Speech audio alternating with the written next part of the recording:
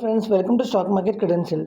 आज हम IDBI bank के बारे में डिस्कस करने वाले हैं। इस बैंक के शेयर के बारे में इसलिए डिस्कस कर रहे हैं क्योंकि इसका जो रिजल्ट आया था वो बहुत शानदार था। उसके वजह से ये बैंक में एक अच्छा मोमेंटम दिखाई दे रहा है। तो ये किस लेवल तक फ्यूचर में जाएंगे और अगला साल में क्या टारगेट बन सकता है उसके बारे में भी हम डिस्कस करेंगे। इस स्टॉक का जो एनएसई का कारोबार है 31 अक्टूबर को, उसके बारे में हम डिस्कस करेंगे। तो ये स्टॉक ने क्लोज हुआ है 103.75 रुपीज़ में। 5.85 रुपीज़ का एक अपसाइड मूवमेंट दिखाई दे रहा है। 5.98% वाइज अपसाइड मूवमेंट था। तो it is a very good upside movement that has happen. तो उसके बारे में हम डिस्कस करेंगे। उसके पहले हम एक हिस्टोरिक डेटा एनालिसिस के बारे में देखेंगे, एक महीने का। तो एक महीने का हिस्टोरिक डेटा के अनुसार ये स्टॉक ने लो बनाया था 9 अक्टूबर में, वो भी 90.86 रुपीज़ का। ये एक सॉलिड सपोर्ट बन जाएगा आगे जाते वक्त। जब तक ये जो सपोर्ट लेवल तोड़ेगा नहीं, ये स्टॉक नीचे जाने का चांसेस बहुत कम है इसके नीचे। तो ये एक स्ट्रॉन्ग सपोर्ट लेवल है और ये सपोर्ट लेवल यानी तोड़ना इस टाइम पे नामुमकिन बन जाएगा क्योंकि इसका रिजल्ट भी अच्छा है। और कल इसने सबसे बड़ा हाई बनाया है 31 अक्टूबर 2025 को। तो उसने हाई बनाया है 106.97 रुपीज़ का। तो एक टेम्पररी रेसिस्टेंस पॉइंट है। ये शायद अगला यानी 3 नवंबर का जो ट्रेडिंग होने वाला है उसमें ब्रेक भी होने का चांसेस बहुत ज़्यादा है क्योंकि पिछले जो दिन ट्रेडिंग हुआ था वो 5% का अपसाइड मूवमेंट दिखाई दे रहा है। तो ये 108 तक इमीडिएट बेसिस में ये स्टॉक 3 नवंबर को आपको दिखाई देगा। तो अभी हम एक बार इसका रिजल्ट को एनालाइज करेंगे, उसके बाद हम डिटेली इसका टारगेट के बारे में एनालाइज करेंगे। अभी हम जो है आईडीबीआई बैंक का क्वार्टरली रिजल्ट में है। हम सितंबर क्वार्टर को जून क्वार्टर के साथ कंपेयर करने वाला है। अगर आप इंटरेस्ट अर्न देखेंगे, इसमें अच्छा इंप्रूवमेंट दिखाई दे रहा है इस साल, यानी इस क्वार्टर में 7,109 करोड़ का इंप्रूवमेंट हुआ है। पिछले जो क्वार्टर था उसमें 7,026 करोड़ ही था। तो लगभग आपको 70 करोड़ का डिफ्रेंसिएशन दिखाई दे रहा है जो अपसाइड मूवमेंट पे है, which is a very good sign. उसके अलावा अगर आप टोटल इनकम देखेंगे उसमें भी एक अच्छा इंप्रूवमेंट हुआ है।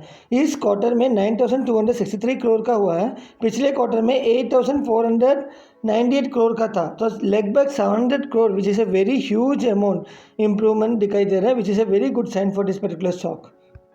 और इसके अलावा अगर आप नेट प्रॉफिट देखेंगे उसमें भी एक अच्छा इंप्रूवमेंट दिखाई दे रहा है क्योंकि नेट प्रॉफिट के हिसाब से इस क्वार्टर में 3,240 करोड़ का नेट प्रॉफिट हुआ है। लेकिन पिछले क्वार्टर में सिर्फ 2023 करोड़ का था, 2023 करोड़ का था। तो लगभग 1,200 करोड़ का अपसाइड मूवमेंट जो नेट प्रॉफिट में दिखाई दे रहा है, इसके वजह से ये रैली हो रहा है। तो it is considered to be very good for this bank and going forward it is very good. बट एक नेगेटिव भी है, हमें डिस्कस करना पड़ेगा, वो है ग्रॉस एनपीए। ग्रॉस एनपीए हमेशा जो है 2 के नीचे अच्छा माना जाता है, लेकिन इस बार ग्रॉस एनपीए जो है 2.65 पे हुआ है। पिछले क्वार्टर में 0.21 था, विच इज़ वेरी गुड। लेकिन ये 2 से थोड़ा ज़्यादा है, लेकिन डरने की ज़रूरत नहीं होगा क्योंकि ये रिजल्ट अच्छा दिखाई दे रहा है। तो शायद अगला क्वार्टर में ये इम्प्रूव भी हो सकता है। लेकिन इसमें एक और इम्पोर्टेंट चीज़ जो है वो है net NPA. Net NPA is considered to be very good because 1 के नीचे अच्छा माना जाता है। अभी जो नेट एनपीए जो है 0.21 है, तो इट इज़ वेरी गुड। पिछले क्वार्टर में भी 0.21 है, उसको उसने बरकरार रखा है, तो 1 के नीचे ही है। तो it is consider to be very good for this particular stock. तो अभी हम टारगेट के बारे में देखेंगे।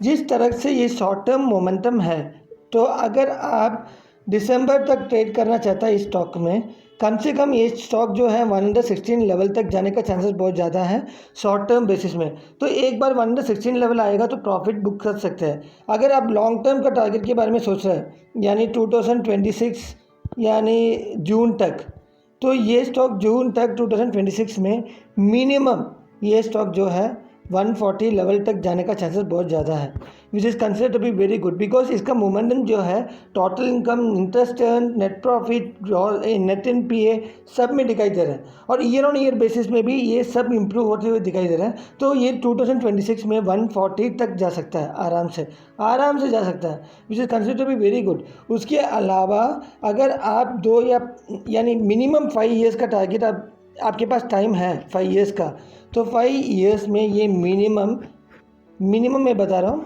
190 क्रॉस कर सकता है। मिनिमम 190 आराम से क्रॉस कर सकता है। क्योंकि आप पूछेंगे अगर जून तक 140 जाएंगे तो ये 5 ईयर्स में क्यों सिर्फ 190? क्योंकि इस स्टॉक में क्या प्रॉब्लम होगा कि अगर एक बार 140 तक जाएगा ये वापस 120 आएगा। और वापस ये 160 जाएगा, वापस ये 140 आएगा, ऐसे ही जाएगा ये स्टॉक। तो इसलिए टाइम लगेगा ये 190 लेवल तक जाने के लिए। मिनिमम 5 ईयर्स तो होने का चांसेस ज़्यादा है, लेकिन ये शायद 4 ईयर्स में भी 190 हो सकता है। लेकिन लॉन्ग टर्म इन्वेस्टर के लिए किसी भी तरह से डरने की ज़रूरत नहीं है। ये स्टॉक जो है बहुत अच्छा है। अगर आपको हमारा चैनल अच्छा लगा, do like and subscribe our channel. Thank you.